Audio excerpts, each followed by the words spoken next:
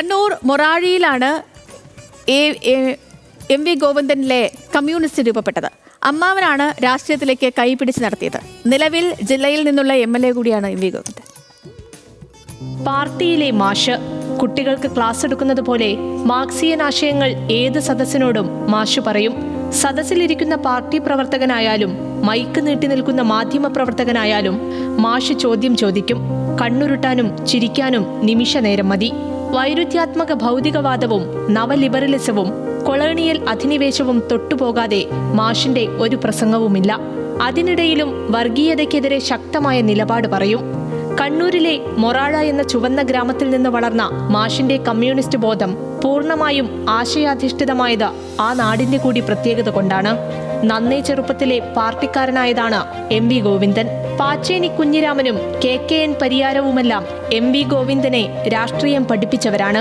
Party പ്രവർത്തനത്തിൽ 100% ആത്മാർത്ഥതയാണ് ഗോവിന്ദന്റെ പ്രത്യേകതയെന്ന് മാഷിനെ രാഷ്ട്രീയത്തിലേക്ക് കൈപിടിച്ചു നടത്തിയ അമ്മാവൻ രാഘവൻ പറയുന്നു.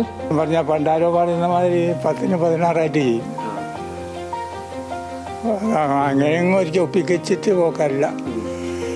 ആത്മാർത്ഥത കൂടുതലാണ് പാർട്ടി അന്നേ കൂടുതൽ. ഇവൻ ജനിക്കും പിന്നെ ഞാൻ പാർട്ടി മെമ്പറാണ് ഇതേ പാർട്ടിയിൽ. അതിൽ ഇന്നും യാതൊരു മുടക്കമില്ല. അത് തന്നെ നമ്മുടെ ലാഭം.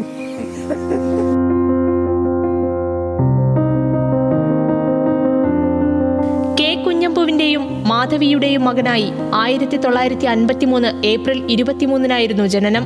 Morazha central UP school, Kalliasseri high school എന്നിവിടങ്ങളിൽ പ്രാഥമിക വിദ്യാഭ്യാസം. തുടർന്ന് ഫിസിക്കൽ എഡ്യൂക്കേഷൻ ഡിപ്ലോമ പാസായി. പരിയാരം ഇരിങ്ങൽ UP സ്കൂളിലെ കായികാധ്യാപകനായിരുന്നു.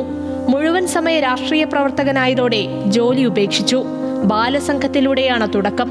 KSYF-ന്റെ ജില്ലാ പ്രസിഡന്റ്, ജില്ലാ സെക്രട്ടറി, സംസ്ഥാന വൈസ് പ്രസിഡന്റ് എന്നീ നിലകളിൽ പ്രവർത്തിച്ചു. 1980-ൽ DYFA-യുടെ ആദ്യ സംസ്ഥാന പ്രസിഡന്റായി. 1995-ൽ CPIM കണ്ണൂർ ജില്ലാ ആക്ടിംഗ് സെക്രട്ടറിയായും 2002 മുതൽ 2006 വരെ ജില്ലാ സെക്രട്ടറിയായും പ്രവർത്തിച്ചു. നിലവിൽ തളിപ്പറമ്പ് MLA-യാണ് എം വി ഗോവിന്ദൻ. മൊറാഴ ഗ്രാമത്തിന് അഭിമാനിക്കാൻ സാധിക്കും. കാരണം മൊറാഴയുടെ വികസന പ്രവർത്തനങ്ങളിലും എല്ലാം മാഷ കയ്യൊപ്പില്ലാത്തൊരു വികസന പ്രവർത്തനങ്ങളില്ല. അത് സ്കൂളായാലും കോളേജായാലും സൗഹൃദമായാലും മാഷ് ഒരു പ്രധാനപ്പെട്ട ഒരു ശ്രദ്ധിക്കപ്പെട്ട പ്രധാനപ്പെട്ട ഒരു കാര്യം, പഴയ സൗഹൃദങ്ങളൊന്നും അയാൾ നശിപ്പിച്ചിട്ടില്ല. കൃത്യമായി ജനങ്ങളെ, എല്ലാ ജനങ്ങളെയും യോജിപ്പിച്ചുകൊണ്ടും അവരായിട്ട് കൃത്യമായി ആ ബന്ധം സൂക്ഷിക്കുന്നുണ്ട്.